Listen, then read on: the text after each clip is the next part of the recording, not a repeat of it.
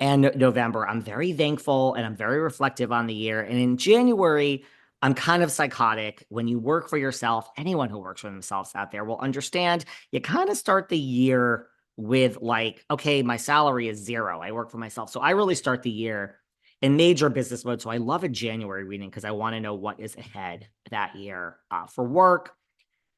Slip into my DMs if you can't figure it out, but I love the psychic source and I love these readings. But the psychic Robin, we've had her in Leo and I can't keep it straight, said that she foresees Tamara and Shannon having a great reconciliation and it causing rifts. And this was way before any of this was announced, and this picture leak. She said this like literally almost half a year ago on our show, and that basically Victoria will be left out in the cold and that Tamara and Vicky will never reconcile, which I'm kind of happy about that. I want Vicky with Shannon. I feel bad at times for Vicky, even though I can't fucking stand her, and I find her to be relatively desperate and pretty pathetic.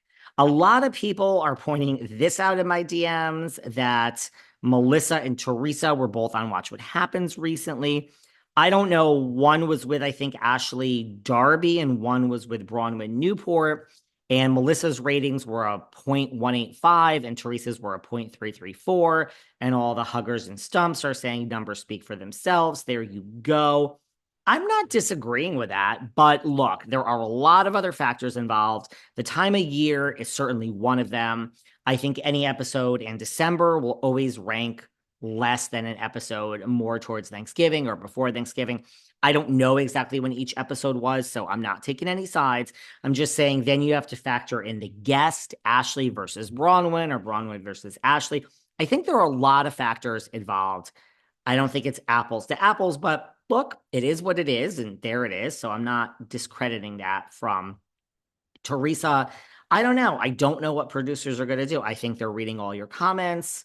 So just keep going, I guess. Just keep going. Those of you that want Team Melissa and those that want Team Teresa, I guess just keep getting your narrative out there. And I don't think it's really gonna, be the deciding factor, but I do think they look into the comments and see if everyone hates Teresa or Melissa. But Teresa got higher ratings. So there's that. I also now want to talk about this. Do you see this about Kim Richards?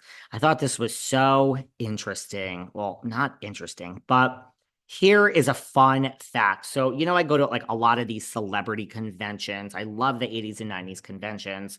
And then I can cover them a little bit for this podcast, but just, where BravoCon is not necessarily for me. I love these 80s and 90s conventions. Well, there's always one in Burbank, which is really from my front door, probably like 20 minutes from my house in LA. And I am going to be in LA during this convention. So there's a convention coming up in January, and I'm like, okay, like maybe I'll go. It's right near my house. But anyway, one of the guests at this Burbank convention coming up is the one, the only Kim Richards. Now, this was announced weeks ago. And when this was announced, I said to myself, I didn't say it on here or anywhere else. I said there was this incident in September with Kim, and I'm like, how is Kim going to go to this? Now look, let me also, for those of you that have never been to one of these celebrity conventions, BravoCon people kind of, are announced and they show up. It's not really how it works with these 80s and 90s conventions. I mean, you're announced and you show up, but there's so many people that then these people are all flaky. So, like a week before, it could say canceled guest, 24 hours before, it could say canceled guest. It's not common, but it's not uncommon. It's like, it probably happens like 10% of the time. It's not the most unusual thing. So when this was announced, I said to myself, there's no way Kim Richards, after this thing that came out in September, is going to be at this convention, but maybe this is a good sign. Now, granted, I don't think Kim sits there and asks for permission to go to a convention by Kyle or Kathy. It really is just Kim interacting with, and really nobody is there to see her more or less because of Housewives. It's because of like the acting she did, when it's a bunch of people that were child stars. So, or stars from yesteryear. So, but sometimes there'll be a Housewife fan there. But the point is, you can go to this convention and be a little bit off. There have been celebrities at these conventions that have been drunk, that have been high. Like, I mean, it's really the fans are there. Like, think about BravoCon. If one of your favorite Bravo celebrities was having an off day, I mean, you'd probably be happy. So I'm not saying you can't go if you're going through a lot of personal things. I think you probably shouldn't because God knows what you're going to say or whose phone is going to be out.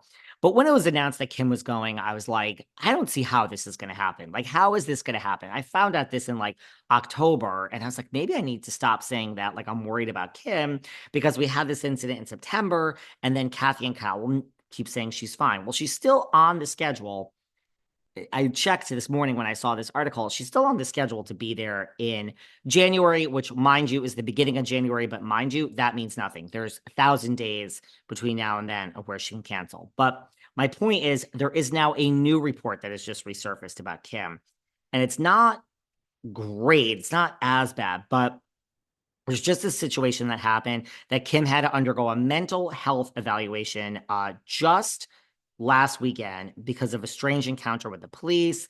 It started after so it said the counter started after the 60-year-old. So Kim herself reportedly placed a call to cops on last Sunday afternoon, which led to a visit by the LAPD to Kim. She's still renting that same house by Kyle where the other incident happened. So she calls the police and they show up. Now, according to TMZ, Kim told the law enforcement officers that someone had taken her cat and returned it. Okay, so they take your cat. That's not great, but they return it.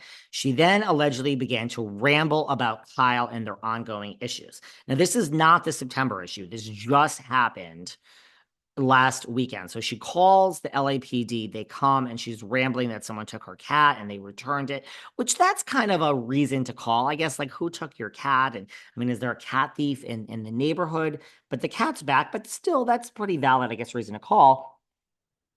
But now we're factoring in all this stuff that you start she's rambling to the police about Kyle. Now, I don't even know how that comes up. She's probably like, oh, you were here before 3 months ago. Well, actually, September to October. So, yeah, 3 months ago in September, and this is Kyle's house. The point is, too much information. Shush with the police. Less is more. But she's rambling on about Kyle. And then it says Kim's odd behavior. So they're listening to her rant on about Kyle. Her odd behavior led the cops to call their mental health team. So as she's rambling, they call the mental health team to come and evaluate Kim. Ultimately, they determined Kim was not posing a danger to herself and others, and they did not take her in for an involuntary hold. Paramedics also showed up at Kim's home but left shortly after. First of all, I find that embarrassing, like when you have the neighbors looking on and there's like a million police cars in your driveway. I know, not the point. It's just, I don't know. I'd be a little bit embarrassed, but the point, I mean, really, I guess I say I don't care what people think, so I guess I really shouldn't. But I mean, in a way, I like to follow decorum. I don't know. This isn't about me. Who cares? So basically, this ended differently than the one in September, which led to Kim being taken for an involuntary 5150 hold after she was described as being incoherent and refusing to leave a Hilton hotel in Los Angeles. So the good news is they didn't take her in, but I mean, they arrived because you called them as they should, and someone took your cat. Well, that is valid to call the police, but now you're rambling on about Kyle and your issues with your sister. I mean, again, just sign a contract to go back to the Beverly Hills Housewives. And so that's what led them to call the mental health team. Not really indicative of much, but not great. Not